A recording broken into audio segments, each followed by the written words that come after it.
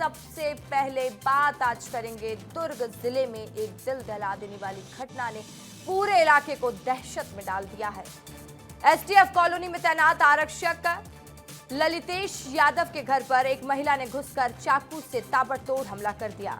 इस हमले में आरक्षक की पत्नी रानी यादव और बेटे आदित्य यादव की मौके पर ही दर्दनाक मौत हो गई, जबकि उनकी बेटी तानिया यादव गंभीर रूप से घायल हो गई और उसे अस्पताल में आईसीयू में भर्ती कराया गया है। घटना के दौरान एक अन्य बच्चे ने बाथरूम में छिपकर किसी तरह अपनी जान बचाई।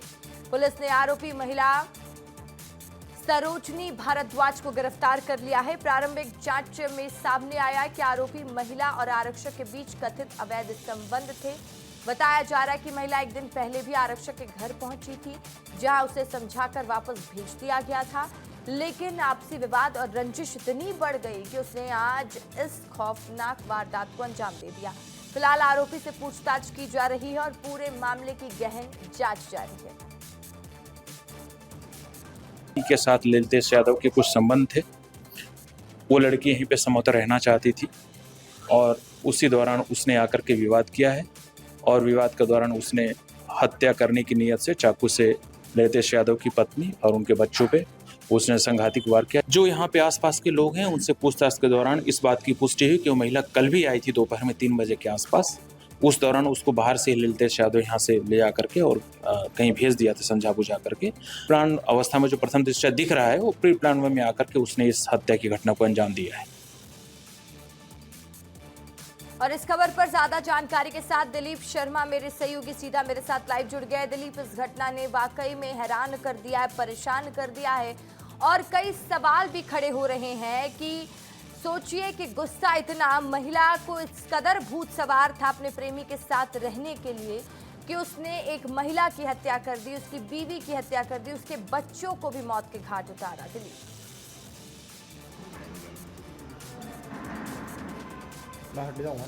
बिल्कुल, गुस्सा इतना घातक हो सकता है, ये वारदात से सबको समझ आ रहा है। इतना घातक कि एक महिला को एक दूसरी महिला चाकू से इतनी वार करती है कि जब तक उसकी जान ना निकल जाए। इतने में ही उनका मन नहीं भरता आरोपी महिला का, वो 9 साल के मासूम बच्चे पर भी कई वार करती है चाकू से। ये वही वारदात की जगह है, वही घर है रसिका, जहाँ पर उस खूनी वारदात करने वाली महिला आरोपी ने यहाँ पे इस वारदात को अंजाम दिया।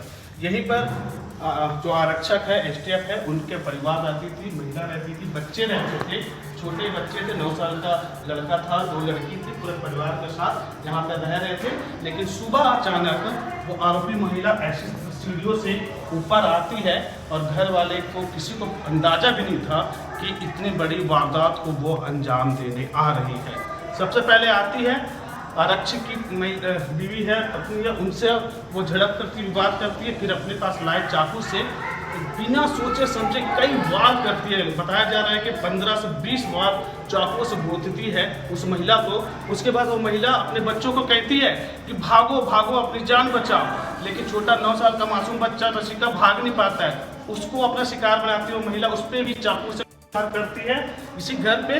उसके बाद एक छोटी बच्ची पर भी हमला करती है, जिसके बाद बच्ची को चाकू लगता है और वो बाथरूम में जाकर छुप जाती है। लेकिन एक बच्ची जो है सब कुछ देखते हुए भागती है, इसी घर से बाहर निकलती है, पड़ोसी का घर यहाँ पर जाकर आवाज देती है, तो ये आसपास के लोग निकलते हैं, फिर जाकर रसिका उस आरोपी महिला को पकड़ते हैं और पुलिस को सूचना देते हैं।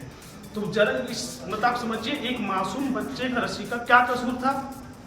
आपने किसी से भी कुछ भी किया, अवैध संबंध बनाया, उनके जो आरक्षक से अवैध संबंध बनाया, लेकिन उस बच्चे को मारने का क्या ये था? उस महिला को मार दिया। अब दोनों को पुलिस अभी पूछताछ के लिए रखी हुई है और आरोपी को भी रखी हुई है और आरक्षक को भी रखी हुई है। मैं वो तस्वीर दिखा रहा हूँ, उस घर को देखिए, सील कर दिया गया।